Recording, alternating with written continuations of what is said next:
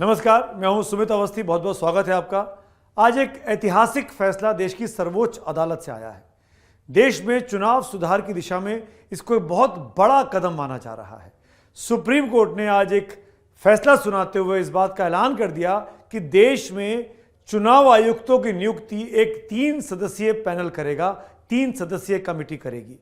Supreme court ने 24 नवंबर को जो सुनवाई खत्म हुई थी, फैसला रिजर्व किया था, वो आज फैसला पढ़ के सुनाया। 5 मेंबर की संविधान पीठ थी और इस संविधान पीठ के मुताबिक अब यह तय हो गया है कि जब तक संसद कोई कानून नहीं बनाती तब तक अपने देश में मुख्य चुनाव आयुक्त हो या दोनों चुनाव आयुक्त हो, यानी 3 लोगों का जो पैनल होता है चुनाव आयोग में, उसकी नियुक्ति 3 मेंबर पैनल करेगा, 3 मेंबर कमेटी करेगी, जिसके सदस्य बहुत इंटरेस्टिंग है और मैं इसलिए कह रहा हूं कि ऐतिहासिक फैसला है। वो 3 सदस्य हैं प्रधानमंत्री, विपक्ष का नेता और देश के सर्वोच्च अदालत के न्यायाधीश, मुख्य न्यायाधीश यानी चीफ जस्टिस ऑफ इंडिया। यानी ये 3 मेंबर कमेटी ये तय करेगी कि देश में चुनाव आयोग के 3 चेहरे कौन से हों।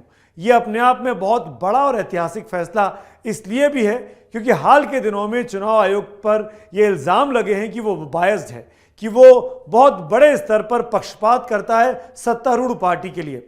हाल ही में चुनाव आयुक्त अरुण गोयल की नियुक्ति जो हुई थी उस पर आपने देखा होगा कि 24 घंटे के अंदर फाइल मूव की, उन ब्यूरोक्रेट के रिटायरमेंट के तुरंत बाद उनको चुनाव आयोग में ले आया गया, जिसके बाद ये इल्ज़ाम लगा कि क्योंकि वो सरकार के फेवरेबल है, बीजेपी के पसंद के चेहरे हैं, इसीलिए उनको चुनाव आयोग में नियुक्त किया गया है ताकि वो आगे जाकर बीजेपी के पक्ष में तमाम चीज़ें कर पाएं।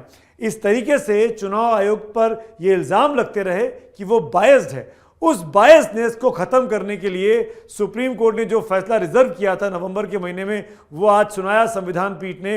और संविधान पीठ ने 5 सदस्यीय बेंच थी जिसमें चीफ जस्टिस मेंबर नहीं थे।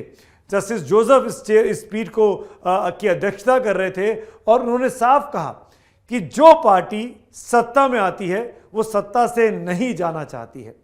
उन्होंने ये भी कहा कि यह लगना चाहिए कि चुनाव आयोग निष्पक्ष है, केवल बोलने भर से काम नहीं चलेगा कि चुनाव आयोग निष्पक्ष होता है। मैं ये इसलिए भी कह रहा हूं, अभी तक 75 साल के इतिहास में किसी भी सरकार ने दिल्ली में, चाहे वो कांग्रेस की हो, चाहे वो बीजेपी की हो या किसी और पार्टी की हो, किसी ने भी ये कोशिश नहीं की कि चुनाव आयोग को निष्पक्ष बनाया जाए। इसीलिए सुप्रीम कोर्ट को इंटरवीन करना पड़ा।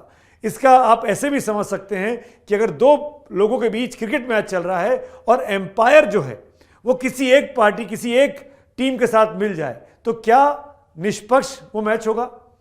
क्यों क्रिकेट के मैदानों में न्यूट्रल एम्पायर्स होते हैं? इसीलिए होते हैं कि वो किसी एक के साथ नहीं खड़े होते हैं, किसी एक के साथ नहीं खड़े होते, इस टीम के साथ या उस टीम के। इसीलिए न्यूट्रल एम्पायर्स की जरूरत देश के चुनावों को कराने में भी है। ये एक महत्वपूर्ण फैसला इसलिए भी है क्योंकि इसके बाद अब जो चुनाव आयुक्तों की नियुक्ति होगी उसमें अब सरकार को या तो कानून बनाना पड़ेगा या तो इस संविधान पीठ का, क्योंकि ये फैसला है, इसके रिव्यू में जाने के लिए भी सरकार को, अगर सरकार को ये फैसला पसंद नहीं है तो इसके खिलाफ रिव्यू में जाना पड़ेगा, यानी आप संविधान पीठ में ही जा सकते हैं। दूसरी बात वो ये कर सकती है कि संसद में कोई कानून बनाए और उसके जरिए इस चीज को पलट दे। पर बीजेपी की प्रतिक्रिया अभी औपचारिक तौर पर इस फैसले पर आनी बाकी है। बीजेपी की प्रतिक्रिया नहीं आई है। हालांकि कोर्ट के अंदर अटॉर्नी जनरल ने सुप्रीम कोर्ट की इस बात की मुखालफत की और कहा कि ये एक नीतिगत फैसला है, ये कोर्ट में तय नहीं हो सकता। पर कोर्ट का ये कहना था कि क्योंकि चुनाव आयोग पर बहुत ज़्यादा इल्ज़ाम लग रहे हैं कि वो निष्पक्ष संस्था नहीं बची है, ऐसे में निष्पक्षता बनाए रखने के लिए चुनाव आयोग निष्पक्ष होने चाहिए और एक निष्पक्ष कमेटी ही इसका फैसला कर सकती है। एक और महत्वपूर्ण पहलू है, हाल के दिनों में कोलिजियम सिस्टम को लेकर सुप्रीम कोर्ट के जजेस के बीच में और सरकार के बीच में जो तनातनी चली है, क्या यह फैसला उसके संदर्भ में भी देखना चाहिए? बहुत से समालोचक, बहुत से आलोचक इस बात की ओर इशारा कर रहे हैं क्योंकि कोलिजियम सिस्टम पर सरकार बार बार ये कहती रही कि सुप्रीम कोर्ट के जजों की नियुक्ति या हाईकोर्ट के जजों की नियुक्ति जज खुद क्यों करते हैं, कोलिजियम सिस्टम खत्म होना चाहिए, national judicial accountable commission NJAC आना चाहिए। क्या इसीलिए आज जो सुप्रीम कोर्ट ने फैसला दिया है चुनाव आयुक्तों की नियुक्ति को लेकर, वो उसी के मद्देनजर है कि सरकार के हाथ से चुनाव आयुक्तों की नियुक्ति को ले लिया जाए और एक इंडिपेंडेंट कमीशन के पास सौंप दिया जाए?